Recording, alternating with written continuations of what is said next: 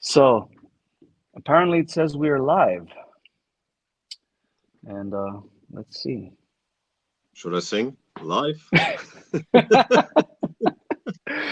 Okay, so yeah, I can see now people are coming in. Hello, everybody. Hello, Roland. Hello, guys. Hello, people. What's happening, man? I'm a bit sick. I came back from Brazil, South America, and had some shows. And like always, when I fly, something is happening with But I'm fine now, and I'm looking forward for the next step, the tour we have soon. That will be How cool. how was your trip in Brazil? What did you do? You played with some Brazilian guys there? Yeah, I did it now the second time. Before Corona, we had it, I think, 3 years ago. First time, and I liked the idea. So they invited me and played with basic band like drums, second guitar player, bass player. And then we had 2 or 3 singers, guest singers, and Oh, for different kind of songs, at the same concert. And cool. it was quite cool. So we had, this time we had 2 rehearsals. And then we played 11 Halloween songs from my From your era in the band, huh? playlist or era, and also from Uli Kush. And as a bonus, we did two songs like "I Want Out" and "Eagle Fly Cool. Free."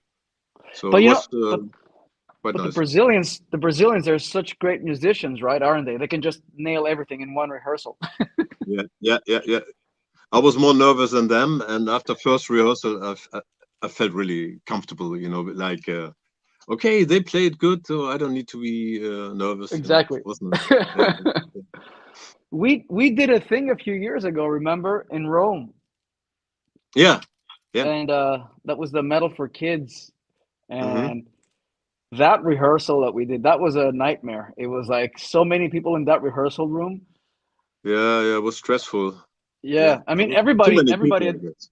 too many people. Everybody had done their homework, I mean, the Yeah, backing band, yeah, they were insane, Also the yeah, Italians, great yeah, singers, yeah. great players. Of But course, then of I, course. I think I think we were supposed to do this. What was it? Burn or something like that. We're supposed to do that, We skipped it, and yeah. yeah, and and nobody really knew like all the parts, and it was just like, okay, let's screw I that. think Let's leave that one. I think Nothing Against Burn is quite a common song, big hit, from the past. But Yeah. then the promoter asked, "Can you play the live version of Japan?" And I said, "What? What is this version?" And so everybody learned a different version of the guys, and then we talked backstage. I remember. And Yeah. then we said, and then Roy Z said, "I think we should skip it," Yeah. something like that. Yeah. That was a fun couple of days though, man.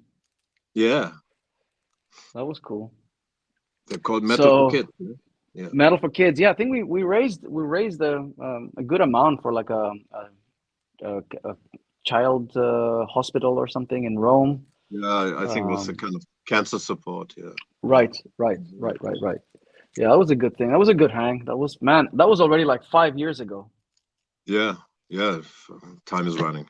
Yeah, That was the last time we met, and of course 2 months ago in Slovakia. But that Slovakia. was, Yeah, yeah, yeah. You came out to the show, and it was a small bar, but it was a fun gig. yeah. I was It was never a in fun. that bar, but I liked it a lot. It was quite Yeah, nice. it was a cool bar. Yeah, it was cool rock. I mean, Yeah. hold on. I have Let me just let me do some magic here. I don't know if Hmm. you can see, but You make me looking look. younger. No, you you still look the same, man. You haven't changed a bit. And Oh, but I can do these cool things. I can put these banners. Can you see that on the screen? yeah, there's something. Yeah, yeah. Yeah. Well, look at that. Send us your questions and let me see here. Okay. Ah, My studio glasses. So because you're doing all your Pro Tools editing there. Yeah, the screen is behind your my mobile here, so you see. Ah, Here I'm sitting always and working and mixing and recording. yeah. Yeah, you Yeah, got a nice studio there, I see, man. Nice. yeah, I should visit you sometime there. yeah. Next time, man, would be Yeah. nice. So let me go through some of the questions before we get into the tour stuff that we're gonna do together. Let me go into a couple of the comments here. If you guys have any questions, just pop them here because the people are watching from YouTube and from our Facebook pages. Uh-huh. So let me see what they're saying because I have a screen here. I can read the bigger letters as well. What does it say? Oh, this is Josh from Immortal Guardian. Hi, we'll see you in the spring in America. Hello from West Virginia. It's here it says, are you going to jam online? No, we're just gonna hang out and talk here, talk a lot of stuff. We don't have, I mean, we have guitars, but we have not set up anything to jam right now. No.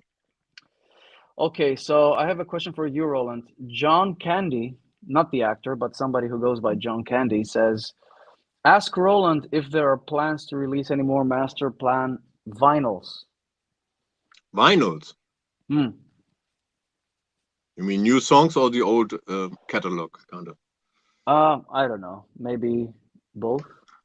I think we have everything on vinyl now except the MK2 album, which I Okay. think is still coming sooner or later. So AFM Record told me about it. First they do all the, first album, Aeronautics. And MK2 is coming still, so it's not forgotten. I always talk about it with them. New Right. material, of course. So when we finish the new album, which we're working now on the second single, which maybe it's coming out after the tour. I was a bit lazy, I was. But you managed to put a new song out at least. Yeah, at least, yeah. So, but the plan was the second single should come out before the tour, and the song is done. We need just some vocal recording maybe this week, and before the tour it's maybe recorded, but we need a video for the second song, and this Right. kind of plan, little details. And this new album will definitely have vinyl release as well. Yeah. Nice. Nice.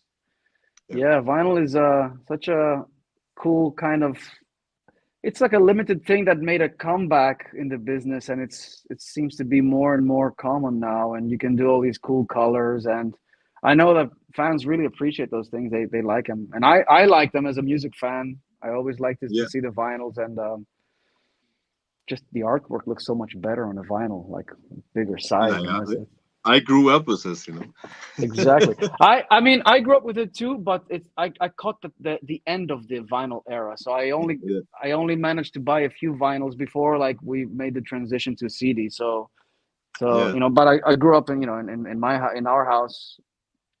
My dad has like lots of vinyls. Yeah. Yeah. I still love this So kind of vinyl stuff. I have all the Masterplan stuff, and I want to hang it somewhere. I just still didn't do it, but I still want to do it. I'm pretty proud about the vinyl stuff more than the CD, little artwork. yeah. And yeah, it's great as well. But I'm really old school in a way. I'm not listening to vinyl so much because I have a what's the name? Turntable, right? That's the name Turntable, in English. yeah, the Yeah. turntable. So I have one still from my father still, and I didn't use it for 10, 15 years, but yeah, Were I you checked were you one vinyl. were you one One of those vinyl guys that had a good hi-fi system, like in a good expensive system? Did you have that? yeah, maybe in the 80s. Yeah, I Yeah. was I think it was Mitsubishi or something, some Japanese company, Hmm. and I loved the speaker, but my cat destroyed one of the speaker, and I couldn't get a proper replacement. Hey, you have cats, yeah? Yeah, You yeah. know that thing. It was like Yeah. so, and this speaker never sounded the same anymore. So it was horrible. Of I mean, course. Yeah. the cabinet, the speaker was Yeah. gone, but I bought a replacement, but not the original, so it didn't work. That's funny, man. Okay, so I have another question here from Stephanie. Hi, Stephanie. And she says, when and where have you met? Okay. You can Well, answer. yeah, we've known each other for more than 20 years now, I want to say. Yeah. I think it was in 2003. No. Yeah. Yes. Yeah. Yes. Yeah. How old 2003. were you at that time? For I was 23? I was 23. Yeah, I was born in 80. Yeah. So Yeah. yeah. So I didn't when we did the tour. I wasn't even 23 like full. It was 22 and a half. So and that was the time. And that was the time where this was your first tour with Masterplan. Yeah. And it was my first tour with my old band Dream Evil, the Swedish band. Hmm. And we both shared a bus because we both were we were the opening act. You were a special guest slot for. We both were on the tour with Hammerfall, Yeah. and we did the half of the tour. You reminded me that the other day. Actually, we did half of the tour. I thought it was a whole tour, but it was another band opening the Yeah. first half. Yeah. I think first we had the band called, if I pronounce it right, Nostradamus. It's also a No, Swedish band. yeah. Nostradamus. No, I remember them. Nostradamus. Yeah, something like that. Yeah, I Something remember like those guys. that. Yeah. So we shared bus and crew, I think, and it was Yeah. fun. And I remember your Frederick Nordström. yeah, He told me, be careful, this guy is very talented and he will kick your ass. And I said, oh, he told you. that's Okay, what you need. That's what you need when you go on tour, to meet some new, fresh people. yeah, exactly. Yeah. I mean, he. I don't know. Did he do that to make people hate me somehow without even knowing me?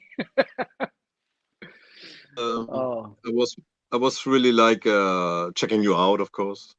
And he's right. I mean, you have a lot of talent, and of course, you still I have. remember we were sitting down on the lounge a couple of days. We couldn't sit there too much on the bus on the lounge because everybody was smoking in those days. Remember, the crew guys were smoking like day and Oh, night. I don't.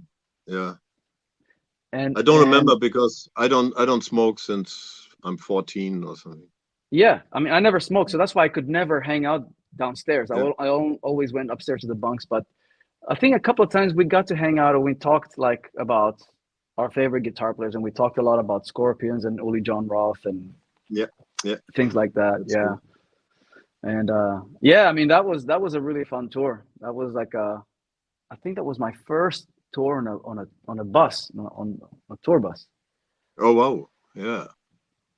So for me it was a nice kind of first tour with Masterplan, and it's like when we started the tour, I think we went also the same direction, coming from Germany, Holland, Belgium to Paris, something like that. Our first Yeah. album was not even out. The fans didn't even know what we were playing there. There Right. was Okay. just a single release, and Like Me, people know, but all Right. the other songs was like, what they're playing. That was really weird.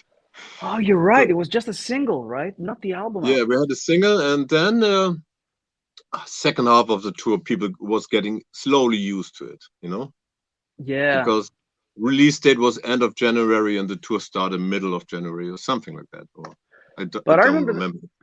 I remember you guys went down well every night. People loved you guys. Yeah, yeah, yeah. On the end, we were like pretty happy with the result and everything. Also in Gothenburg, I mean, Gothenburg was the hometown of Hammerfall. Come on, Yeah. the, And the tour was, Dream Evil too. yeah, as well. Okay. Yeah. So I felt like, oh my God, we play. How many people were there? Like 8,000 or 10? I don't know, or 15? No. It wasn't that big of a hall. It was the Liseberg Hall. I think it was 3 to 4,000 people. Really, it looked like a stadium, little stadium. It was like an indoor. I wouldn't Yeah. say arena, but it was like an indoor, like a basketball kind of thing. Hmm. Like a smaller kind of smaller Yeah. scale arena, if you can call it like that. But I mean, Yeah. it was big. I mean, the shows in Germany were pretty big. It was like a couple of thousand people every night. But I think Gothenburg, that was the That bigger was a one. big, for sure, Yeah. for sure. And because I just mixed and edited the video of Gothenburg, which we recorded at that night, Oh yeah. and we released it with Masterplan just in November now as an anniversary edition, and So when I watched it, I thought, oh, it's pretty big, man. So anyway, Oh, it was a good memory, and there are some little scenes with you on the tour bus, coming out of the tour bus together with us. really? Yeah. I will give you one version. Dude, Don't I worry. want to check that out. Yeah. I can't believe you Yeah. held on to that footage for like 20 years. Yeah, I kept it in my studio and in some boxes, you know, and we wanted to release it as soon as possible after this, you know. And the deal was, the film crew of Hammerfall was asking me backstage if we are interested to be filmed as well, to get for them like extra cash. It's easy, you know, everything's set up, just film the next band and get, yeah. Yep. Okay, the deal was we had to pay 4,000 euro, and we didn't have it, you know, so we had just some merchandise money from the tour. And I called AFM if they are interested, and they said, no, it's too early, do it in 2-3 years or something, after 2-3 albums. Yeah. And of course, Jorn and me and the rest of the band said, let's do it, come on. We spent our merchandise money, and we have a video soon. And then we paid, took the material home, and didn't forget about it. But then the lineup changed after 1.5 years later or 2, and then I thought, now it's stupid to release it, you know. Yeah. And then I thought, 20 years later, anniversary album, this is the reason again, you know, to make something like that.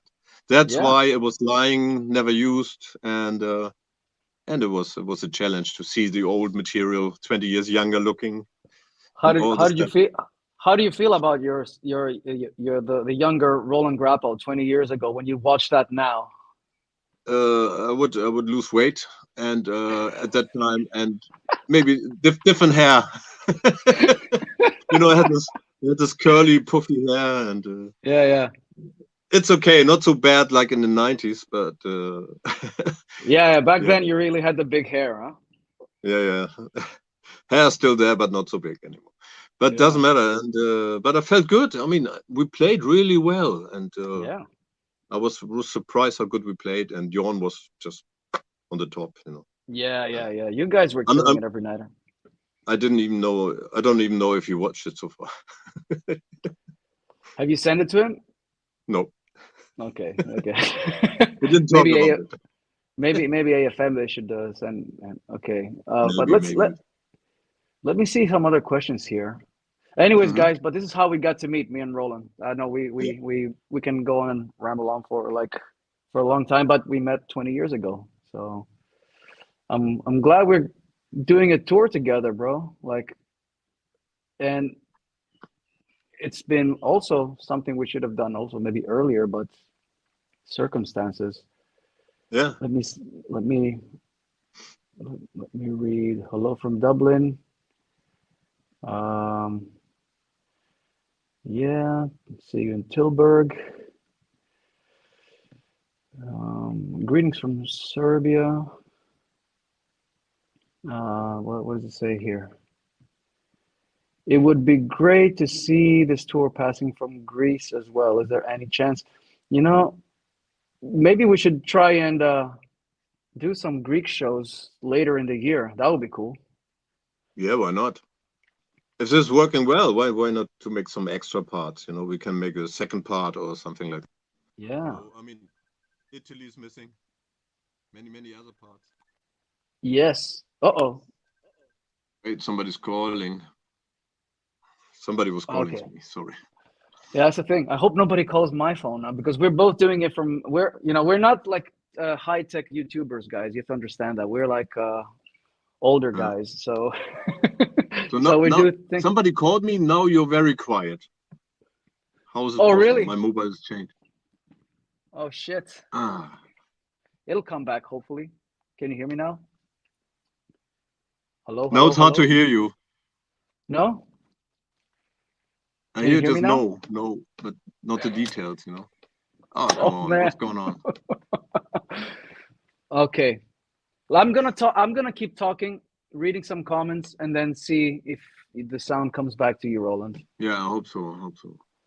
Maybe I'll fool around with my microphone. Yeah, check it out if you can turn on and off again. Henning Basse. Hey, Henning. He says, cheers, guys. Much success. Good luck. Yeah, man. Yeah. Mr. Basse, good to see you here. Um, let's see. What else? Yeah, Destiny was calling, right? Yeah, we have a song called Destiny's Calling. That's a good one. Okay, here it says, is there a third band on the tour? There's no third band on this tour, guys. It's two bands, just Firewind, Masterplan, and we're both doing, it's a co-headline tour, so this means that both bands are doing full sets. So we're both playing for 1.5 hours. So it's already a 3 hour long set. So yeah, we both have, I think, a lot of songs to play. So Yep. it should be cool. I'm looking forward to seeing this lineup of Masterplan, and obviously you're gonna be playing a best of, I guess, Roland. No. Like no, Of course. Of course. and maybe the new song that you guys put out. We've just finalized our set list like yesterday, Hmm. and it's just so hard. Like, with how many albums do you guys have with Masterplan? 1, 2, 3, 4, 5. I think 5 only. Okay. This is number 6 we're Well, doing now. we're releasing our 10th album on March Oh, 1st. So it's getting harder and harder to put a set list together for us with all these songs, and it's kind of impossible to please everybody, but we want to try and bring some new stuff, some stuff that we've never done before, but also play songs that people would expect us to play. yeah. So I don't know if you guys are, if any of you that are watching right now, if you're coming to any of the shows, but I've put like a banner under here that says, it doesn't say the tour dates, but it says that we are on tour from 29th of February until 24th March. So we're going to be starting in Frankfurt on the 29th. That's a kickoff date of the tour. Hmm. And then I think Bochum the next day, which for us is the release date of our album, Stand United.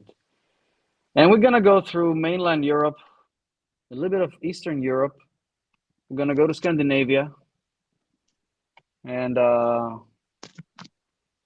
so I think we're doing, oh, we just added a last minute show in France. We added one more show in Colmar. So I don't know if you guys are, anybody from France is watching, but yeah. Uh-oh, what happened? Roland left? Maybe Roland left. Or maybe he's coming back again. But we'll wait for Roland. When you do a live stream, stuff like that happens, I guess. I think he's gonna try and log in again soon. Or maybe he's there, but I just don't see him here. Oh, now I see you. Sorry. I think I No was problem. a bit disappeared. Yeah, I thought you just left. You went to have some dinner or something. Maybe he's coming back again. Wait a second. I'm there, but my tone is so bad I can't hear you. When you do stuff like that happens, I guess. Okay. But I hear also some delay. I don't know if it's from some speakerphone. Or maybe he's there, but I just.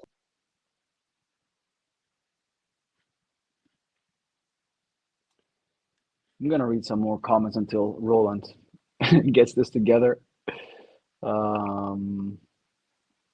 Stephanie says, if we're gonna change the set list or if it's gonna be the same every night. Well, we've been working on a specific set list now, but anything can happen. I don't know if any of the songs might not work, and we might bring one or two songs back or change stuff. We'll have to figure it out. Okay. Bochum and Uden. Okay, cool. See you in Frankfurt. And what else? Chicago. Hey, man. We'll see you in the US in April. Yeah. Waiting for our visas at the moment. Ilerloons. I'm not pronouncing it right. Says you're going to be Frankfurt, Uden, and Leipzig. Okay, cool. Thank you. I'm happy to get this feedback, and I'm looking forward to seeing you all guys on tour.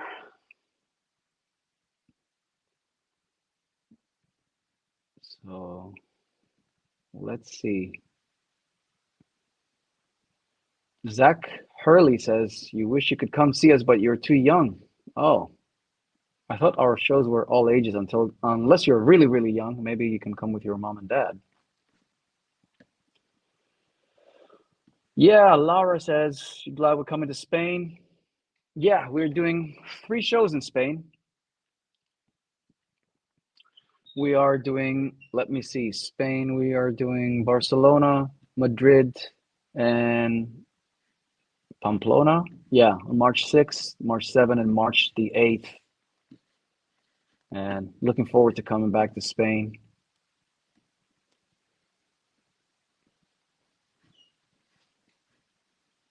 Bruce Blake is saying, if we're coming near Wheeling, WV in the US, where is that, my friends? I don't know where that is. Sorry.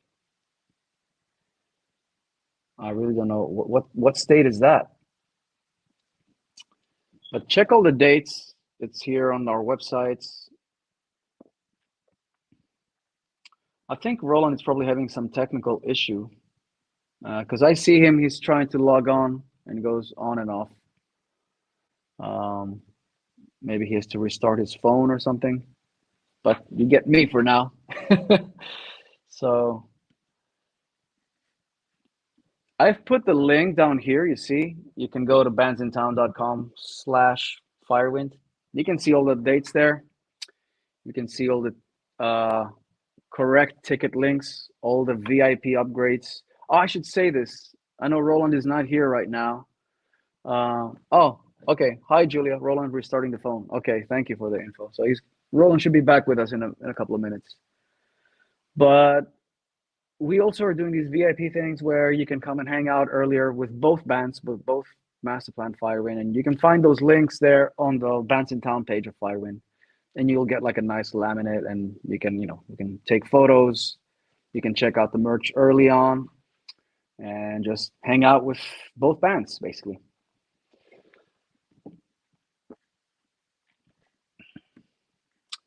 So you can find all that stuff here on the website.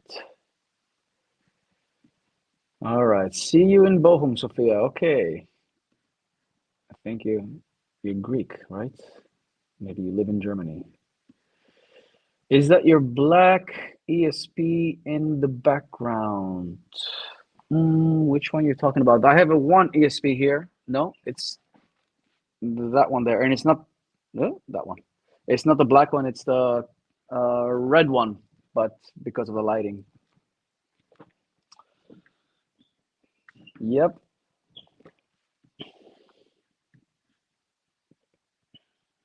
A lot of guitars here. Well, I think all guitar players have at least a few, right? Oh, West Virginia. That's what it was. Bruce Blake. Sorry, you just typed WV. I'm sorry. I don't know what that means. West Virginia. No Virginia date. Sorry, bro. Nah. Where are we playing the States? You should check all the dates, but no Virginia dates, unfortunately. I think we're kicking it off in New Jersey. We're doing some shows in New Hampshire, Pennsylvania, Michigan, Indiana, Illinois, and then we go to California and Texas. And I think Mr. Roland is back.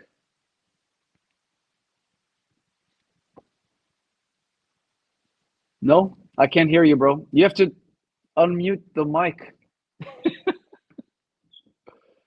Oh, hold on. Unmute the mic. Hold on, I will do that. Can I do that?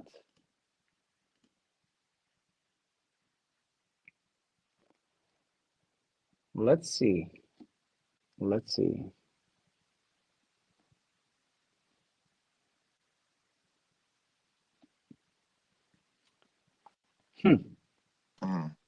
Here you are.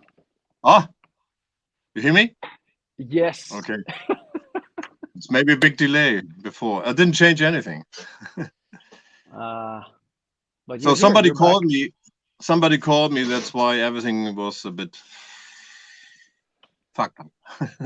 Yeah. You know what you should do? You should probably put your phone on what do you call Flight it? mode. Flight mode. No, I don't touch anything now. But don't touch it now. But if any of Roland's friends or relatives are watching, don't call him now. He's live on YouTube, please. Don't call the guy. Call him in 10 minutes or something. I just close the door. Okay. Oh, dude, look, somebody's watching from Goa in India. Hi, Sean. Oh. I never been to India. Have you been there? Me no. Me neither. So, hello to our friends in India, in Goa. I still have some countries which I never played, which I really don't like the idea. It's there's not countries even like continent, you know. Like I never played in Australia. I never played in Canada. Really? No. That's sad. But you can do that maybe next year with a new album or later this year. Just like a holiday touring. The countries I never played, I want to tour. Exactly. Yeah. And you should call it the bucket list tour, where you just hit all the spots that you guys never played. And you never toured in America with Masterplan either, like United States. No, just with Halloween. Yeah. Right. We had one festival show. You know, this kind of Prog Power Atlanta. We played. Oh, the Prog Power. Yeah, the good old Prog Power. Yeah. And then the 70,000 tons on the water side, you know. So. But that feels like the 70 tons cruise feels like a Wacken festival, but in Miami, because it's like everybody's either from Germany, or South America. Like when we were there, I didn't see many people from the US. It was either like from South America, or it was like a lot of Germans, and I'm like, wow, is this the Wacken metal cruise? That's true. Yeah. So let's see. I was just, while you were trying to restart your phone, I was just telling everybody about the that we're going to be doing the meet and greets and the VIPs on this tour with both bands, and people can come and hang out early and take photos with us. And I heard it because my wife had her phone. She's online and listening. So when she helped me with the restart and everything. Okay. She's a clever one. I'm just a musician.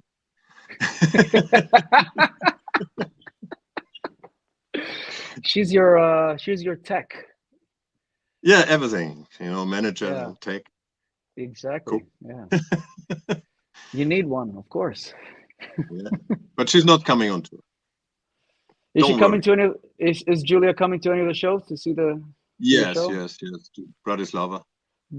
Yeah.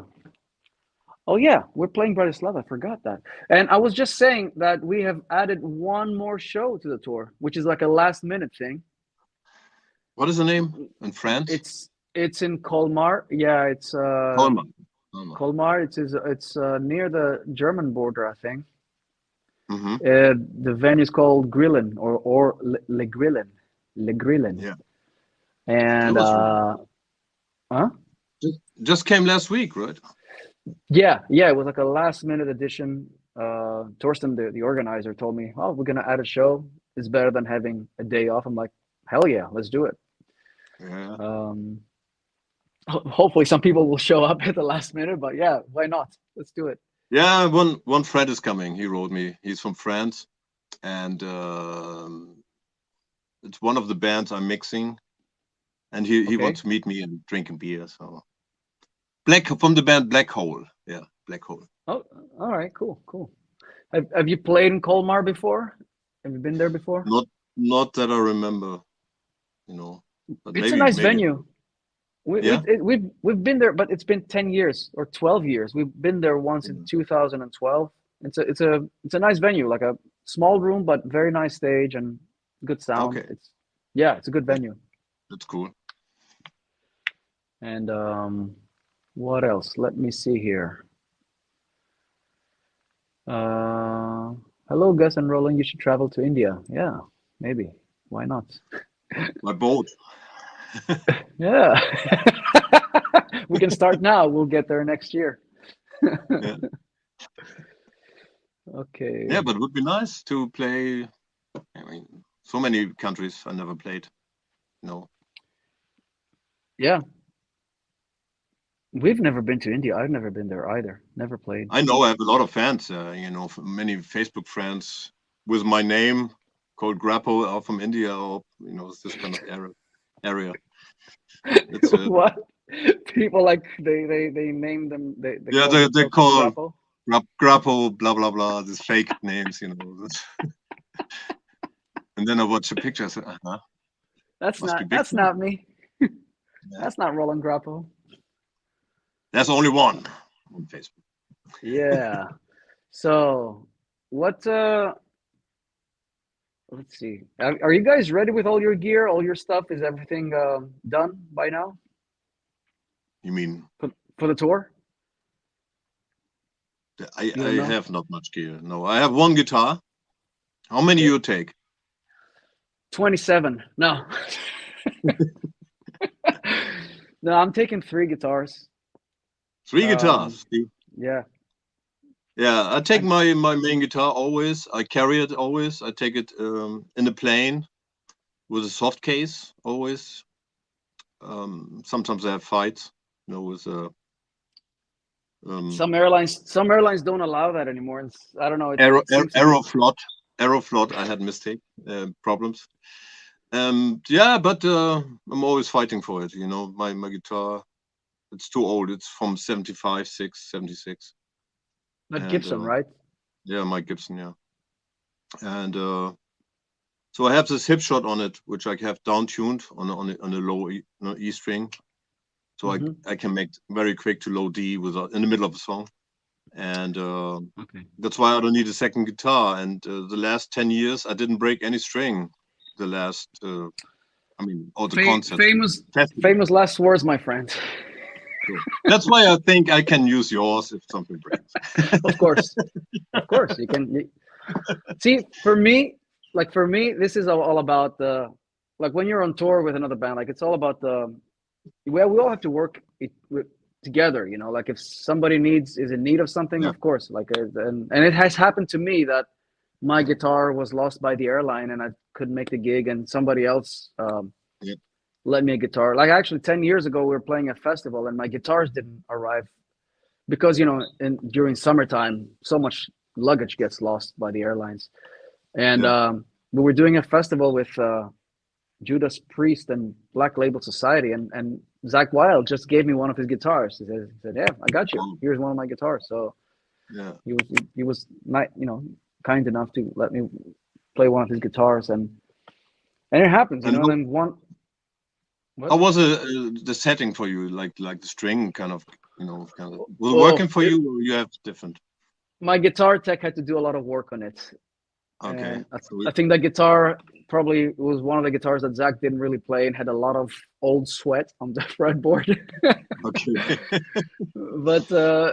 But it was cool, you know. I think we did some adjustments to it, and in the end, I made the show. But it happens, you know. Like and like one time also when I was on tour with Ozzy and we were doing a festival with Machine Head, and those guys' gear didn't show up, and you know I gave them my amps and my cabs, and of course they have to make the show. Yeah, of course. And that's what it is. That's how, to me, that's how it is. Like when you're on tour, if somebody needs something, if a cable breaks, or like if you break a string and you need a backup guitar, here you can have mine. I don't care. So I remember that we had there was not a Masterplan. It was on Halloween, and we went with all our gear. At that time, there was a luxury. You took all your gear to Japan, to South America, which is not normal anymore for, you know. You take a minimum of gear and that's it, and the rest you take in the country. But at that time, everything was stuck in the customs. So for 10 months, they kept our gear. There was some mistake made by the declaration of the tax or whatever. And my guitar didn't show up. My amps didn't show up. Everything was gone. And some other stuff from the band.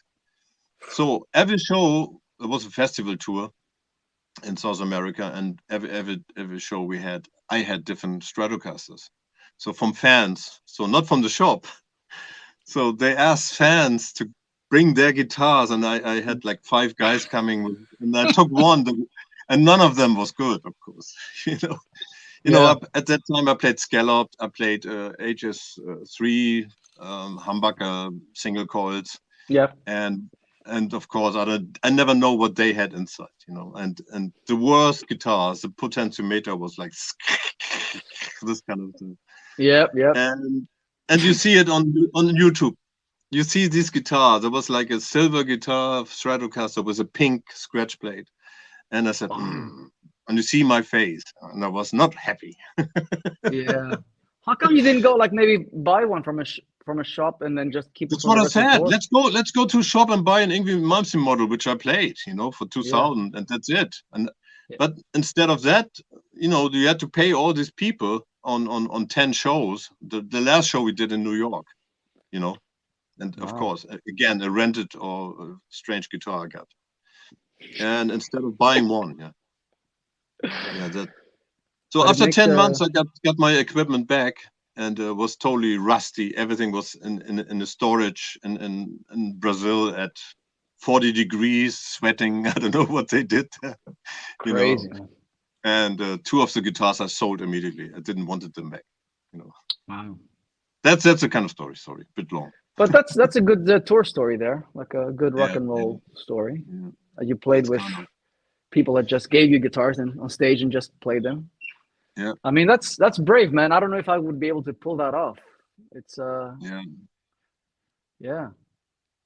That's kind of thing. And then on the end, I was like my typical movements at that time, taking the Stratocaster and the last song, and throwing it till the lamps, the spotlights. Yeah. And but I played with cable at that time. The transmitter, the system was not available. Oh, and wow. the guy was standing there, the fan, with his guitar, thinking, "Oh my God, And of course, I grabbed it, like a professional. Anyway, that was fun. Oh, good stuff, man. Something to remember.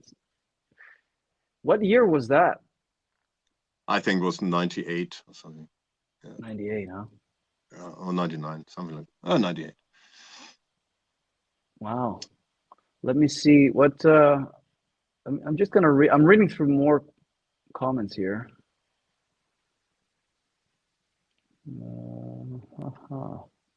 Take some water.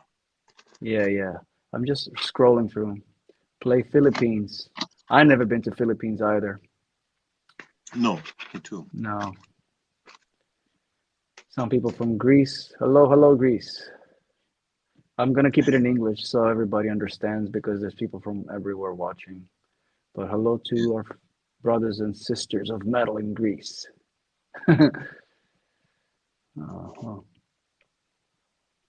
He says, Roland, what string brand and gauge, the string gauge you have on your Les Paul? I'm really, I think it's 10. 10, it's yeah. 9 to 10. I think it's a mix. 9, the higher strings are 9 and the low one are 10. So it's something like 9 till 46 or something. Okay. Yeah. Right. I think it's weird because I changed. Normally it was a real tenor kind of set or even 11 in the studio sometimes. Mm-hmm. But then I realized after many testing and YouTube videos watching that the sound is not changing at all, to be honest. It's a little bit of a myth, isn't it? Yeah, it's a kind of, come on. For me, if the strings are too big, too heavy, I tried once on a Stratocaster, a 53 set, because of Stevie Ray Vaughan, and he used it. And 11 to 53? No, 13. 53. 13. Oh, fuck, man. Really heavy. Yeah. 13. And I couldn't even bend the strings anymore. And I thought, what's the point? You know? And I'm not a weak guy, so it's like I have powerful hands, and you know, and but then it's just hurting, doesn't make sense. And then I had many because of Yngwie Malmsteen. I have eight set, you know, 8 till 40 something. It's a mix between 8 and 10 he has. Really weird, but it works. And all my old sound Stratocaster, I had this set on, and it works very fine. And all my idols from the 70s, they started with 7 and 8 strings, you know, like Hendrix and even Uli John Ross. Yeah, really. I think Yngwie also plays 8s or something like that. Yeah, he has 8 mixed till 10. You know, the lower strings are 10. Yes. So actually, and, somebody just asked something that it was my question that I had in my head right now to ask you, Roland, and Piotr also asks here on the chat feed, says, why did you switch from Stratocaster to Les Paul? Because I mean, they're both amazing guitars and iconic, but they are like worlds apart. You know, you go from Strat single coils to like a heavy Les Paul with humbucker. So what made you do the switch eventually? This is a good question. I think when I had the choice in Halloween, I just went to the sound which I always like adored, like from Ritchie Blackmore, this kind of machine head sound made in Japan live, you know, this kind of stuff. This was the most I call it sexy guitar sound, you know, especially for solo guitar playing. Yeah. Then later I fell in love with the band King's X, you know. Also this guy plays Stratocaster. Then Stevie Ray Vaughan, this kind of stuff. The guitar sound, especially crunchy, clean kind of stuff. Then we had a discussion before we did the Dark Ride album, and it was Halloween. And somehow the band was really unhappy with myself, I guess. I don't know what. They started hating me for everything. And then even the guitar sound was a kind of discussion about it. Why? Because Waiki knows me still as a guitar player from Rampage, and in Rampage I played Explorer guitars or Les Paul guitars, whatever. This kind of Gibson kind of sound, you know. And then he said, "Why you play now Stratocaster? You want to be like Yngwie Malmsteen and this?" And I said, "I don't want to be like Yngwie Malmsteen, but I like the sound. So it's like I'm inspired, you know. I'm just inspired. Everybody has heroes." And I love the sound of the old Scorpions with Uli John Ross, and he played Stratocasters. And that's how it is, you know. That's a category. And same like Pink Floyd, you know. This guitar sound is beautiful. That's it, you know.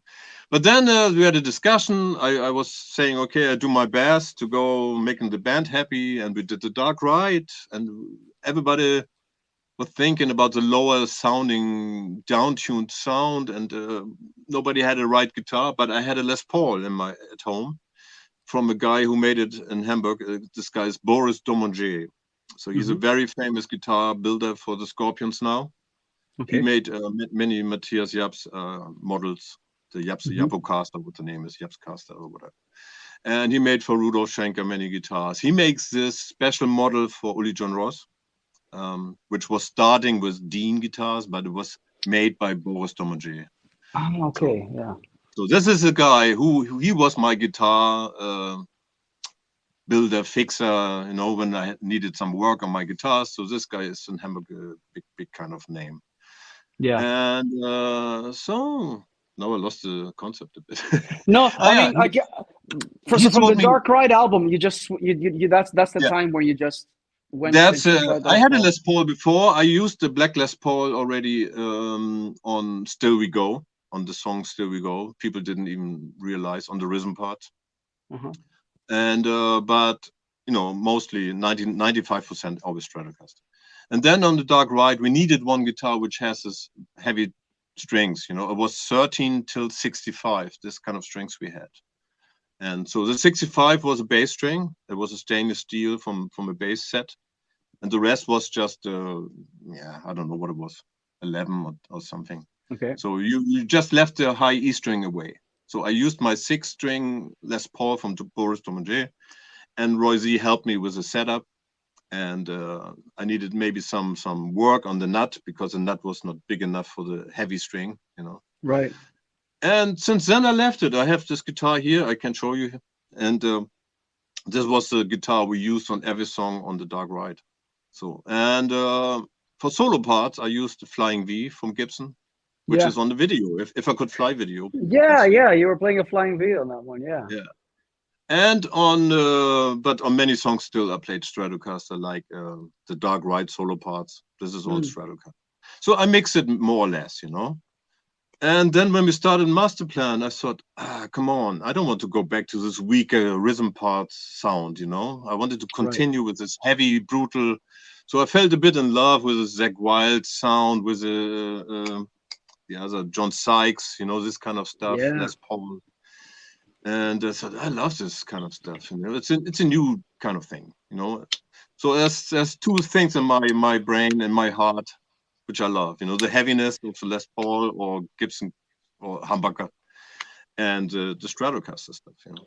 So, yeah, but it's cool that when you switch, you know, after Halloween, you started fresh with a new band. You build your own band, and then you like came back with and you had like a different sound, like a heavier sound. Yeah. And that's cool. Basically, the rhythm parts are all in Masterplan are Gibson kind of, but many solo parts I use still Stratocaster, which many people doesn't even hear the difference, you know. And in Masterplan, you're all like the only guitar player anyway, so you need like a humbucker sound. You need a thicker for rhythms at least, you know. So especially live and stuff, Yeah, in the beginning, I used 4 rhythm parts, 2 left, 2 right. But now I do just 1 in left and 1 in the right, or maybe 3, you know, 1 in the middle. Depends. I go by, like for this, I switch depending on the album. Sometimes I'm lazy and I'll do like 2 guitars, left, right. And then like on the new one, I did 4. I did like 2 and 2. I wanted to go back to the old school way of doing it. And like sonically, it does make a little bit of a difference. It does beef it up a little bit more. I can hear the difference, especially on some songs. Depends really on the song. Some songs it doesn't really make a difference, but like on other parts, I can hear that. But it's a bit exhausting to do so many layers of guitars. Yeah, it is because it's you know it's like a puzzle. You know, you need to be so clean. You need to be repeating yourself that both guitars are like really sitting on the top of the, especially if it's a fast song or staccato song, you know. Oh yeah. And, so my favorite song is like Crawling from Hell. This intro part is like 4 guitars I played it on the album. You know, it's not one. You know, and it sounds like one. Did you do on the first album? Did you do 4 rhythm guitars? Yeah.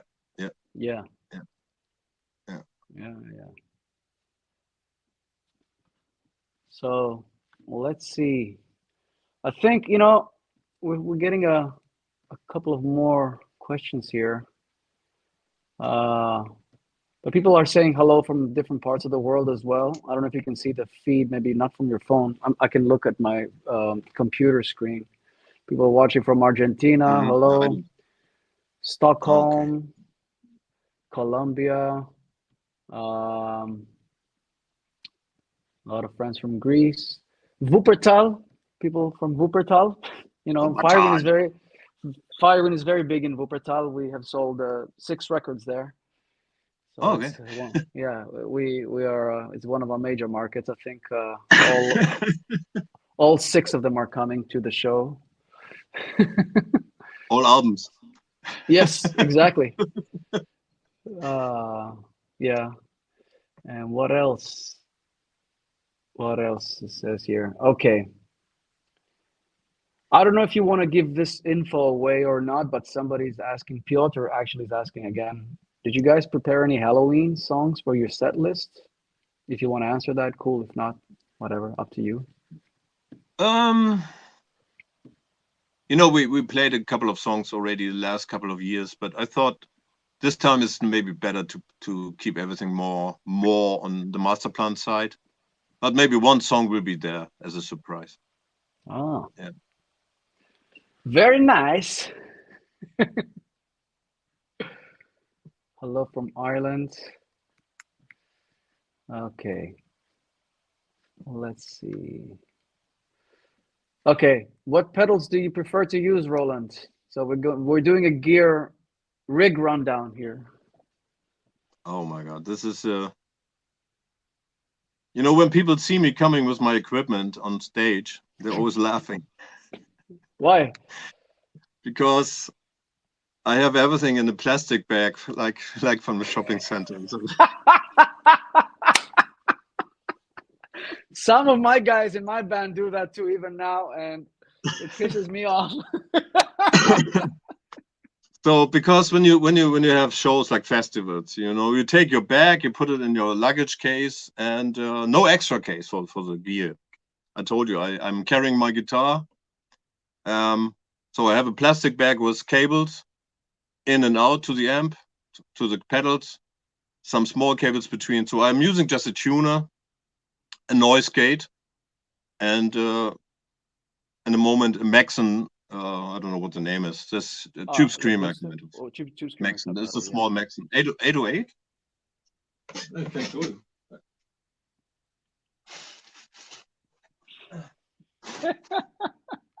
Here's my flight case. Oh. Aldi, called Aldi. And oh man, this is funny. this is a Maxon overdrive. Yeah, that's a small one. This one. This I'm just using. You came back from the supermarket, you bought a pedal. This I had in South America. Then I have cables which are, I don't know, 30 years old or 25 from Japan. I got as an endorsement. Providence cables, whatever I find. Yeah, they're pretty good. And I think my main important stuff is this noise gate here from Boss, you know. Okay. So I put it like a professional in parallel, not in serial. Some people doesn't know the difference. What kind of amp are you bringing? What kind of amp do you use now? What kind of amp? Amp? I ordered a PV5150 or 6505, this kind of amp. Mm-hmm. Cool. So that's the amp I'm always asking when we have festivals. So every festival has normally these kind of amps. You know, the best part, of course, the best would be EVH from Fender, from Eddie Van Halen amps. This kind of. I even like now really much the 50-watt version better than the 100. So I had a discussion with Andy Sneap, and he said they're sounding better. So the 50 watts. 50-watt version. I had it once on the Sabaton festival, and I said, I don't want the small version. This looks like a kiddie amp, you know. Yeah. And it sounded so great, but it's 10 years ago already. And hey, I'm playing a small amp, like a 50-watt head that I don't know if you can see back there, that little black star. I know the amp, yeah. That one is like, it's insane how this thing sounds. And it's all tuned, you know. It's like, this changed a lot, you know. This just kind of thinking you need 200 watt, 100 watt. This is all not, you know, 50 watt is fine, or even less, you know.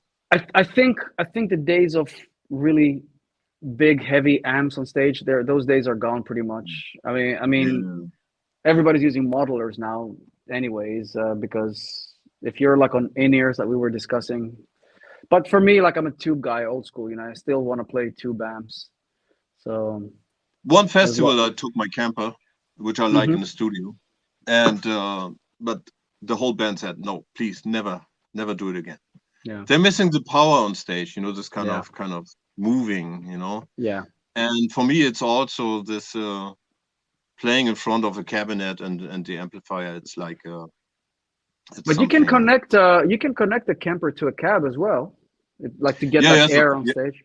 Yes, of course, but you know, it's like, I remember the Queensryche guys, we did a tour with them a few years ago, and the guys from Queensryche, they had campers, but they still had like Marshall cabs on stage, and they just connected them just so that they can get that air on stage, you know. So which I understand, of course. I totally understand. You need that, otherwise it sounds like nothing up there, you know.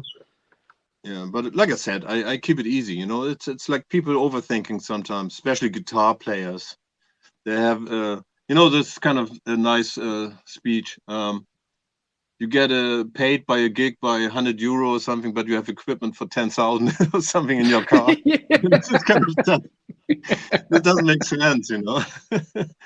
Of course, have a great guitar. You need to feel comfortable with the guitar and everything connected. But the gear is gear, you know. I can play your amplifier easy. I'm pretty sure I could get my sound somehow. Absolutely, yeah.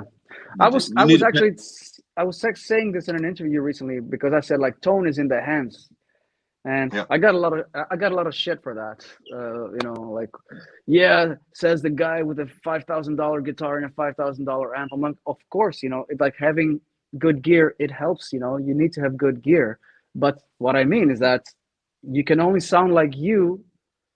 You know what I mean? Like like you said, I can give you my guitar. You're gonna sound like Roland Grapow, and you can plug through my rig, and I probably can plug in through your rig, and I'll still sound like me. So that's what I was getting at with that, and so it doesn't matter, you know. Like, but tone, I think that whole thing comes from within. But of course, having a great guitar and great instrument and a great amplifier, yes, that of course helps. You know, to be honest, you can adjust. Yeah.